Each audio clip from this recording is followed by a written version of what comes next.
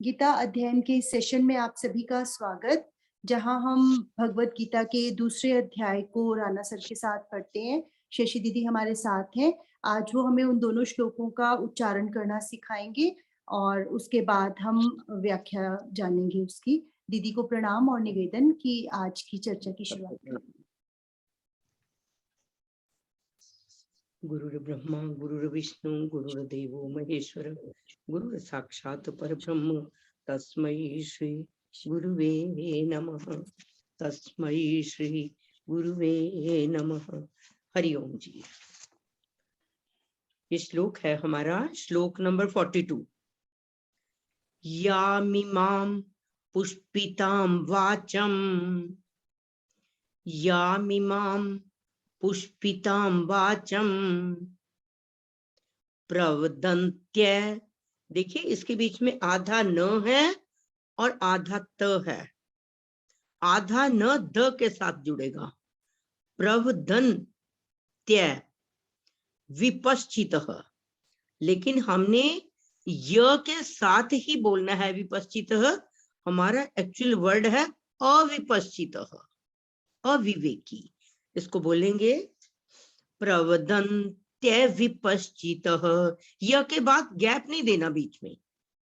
यामिमां पुष्पितां वाचम प्रवदन्त्य विपश्चितः वेदवादरतः पार्थ, वेदवादरतः पार्थ नान्यदस्तीति वादिनः, नान्यदस्तीति वादिनः।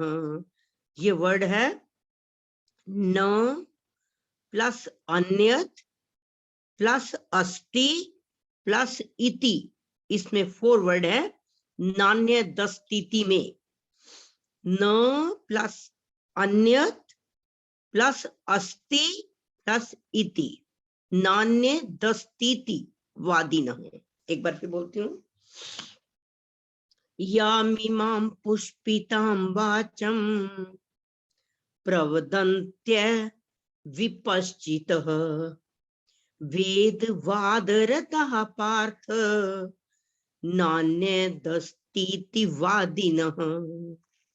अगला भी इसके साथ का ही है इकट्ठा। कामात्मानः स्वर्गपरा, कामात् इसके त कामा के साथ होगा।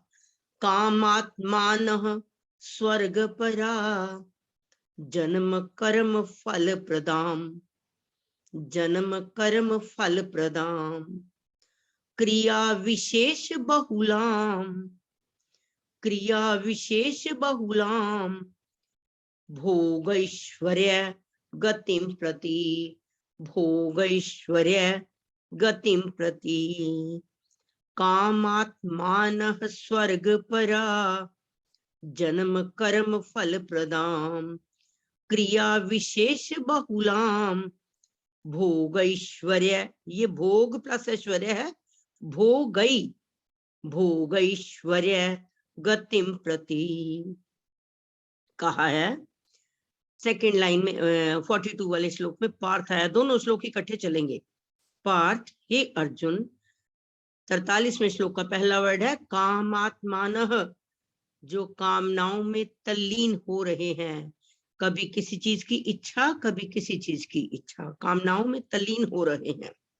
स्वर्ग पराहा, स्वर्ग को ही श्रेष्ठ मानने वाले हैं। और आगे 42 वाले श्लोक का इसी के ऊपर वर्ड है वेदवादरतः, वेदों में कहे हुए सकाम कर्मों में प्रीति रखने वाले हैं। वेदों में सारा जो ये यजुर्वेद है उसमें सारा कर्मकांड के बारे में बताया गया, कामना को रखकर जो कार्य किए जाते हैं।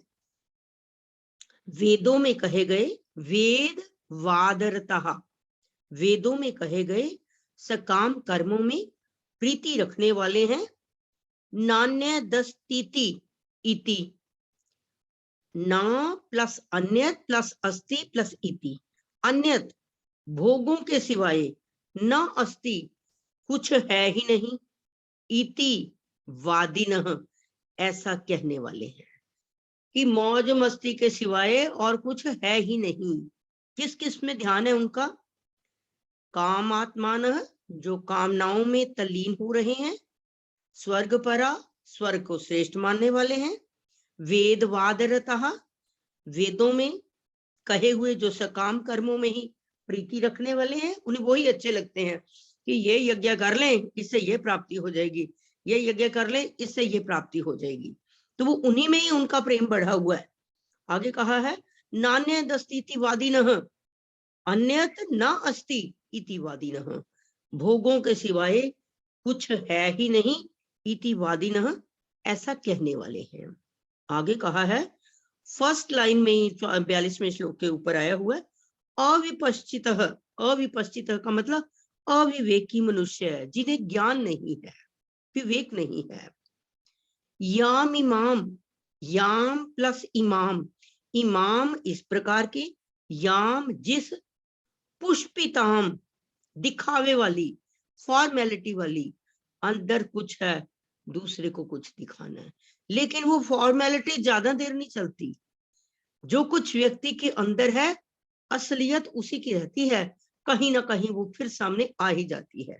कहा गया है अविपश्चितः, अविवेकी मनुष्य, याम इमाम, इमाम प्लस याम, इमाम इस प्रकार की, याम जिस, पुष्पिताम वाचम, पुष्पित या फॉर्मेलिटी वाली, दिखाऊ शोभा वाली वाणी को, प्रवदंती कहा करते हैं कि फॉर्मेलिटी वाली वाणी, शब्द अंदर से है नहीं वो, जो वो लोगों के सामने उच्चारण करते हैं।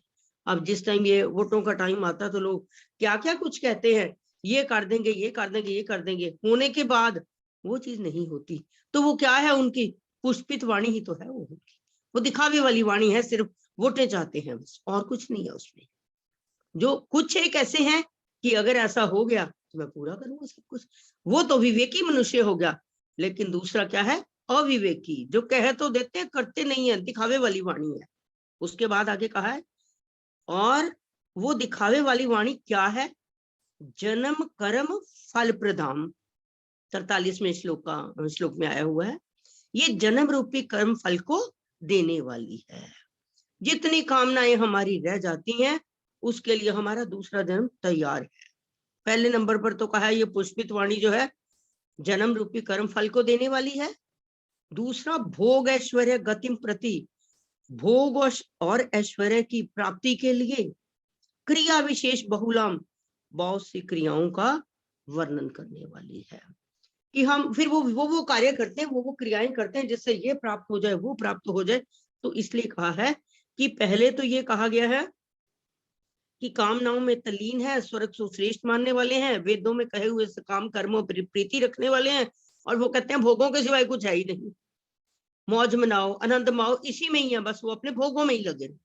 और फिर ऐसा कहने वाले हैं ऐसे अविवेकी मनुष्य जो हैं, जो भोग ऐश्वर्य को ही ज्यादा पसंद करते हैं, वो पुष्पित वाणी को जो कहते हैं, वो उनकी पुष्पित वाणी, दिखावे वाली वाणी जो है जन्म रूपी कर्म फल को देने वाली है और भोग और ऐश्वर्य की प्राप्ति के लिए बहुत सी क्रियाओं का वर्णन करने वाली है। जिस भोग और ऐश्वर्य को प्राप्त करना है, जो चीजें प्राप्त करनी है, उनके लिए आपको क्रियाएं भी तो करनी होंगी। लेकिन इस परमात्मा का नाम स्मरण करने के लिए केवल भावों की जरूरत है, उसके लिए समय निकालने की जरूरत है, उसके लिए कुछ करने की जरूरत नहीं है।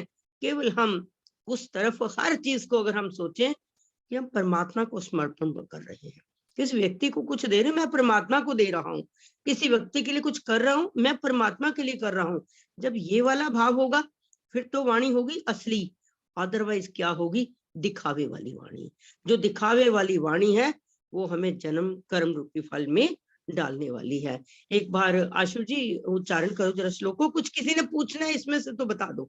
वर्ड बाय वर्ड मैंने एक एक मीनिंग बता दिया आपको, एक एक वर्ड का। किसी ने कुछ वर्ड किसी का हो तो बोल दीजिए। हाँ जी आशु जी बोलिए एक बार।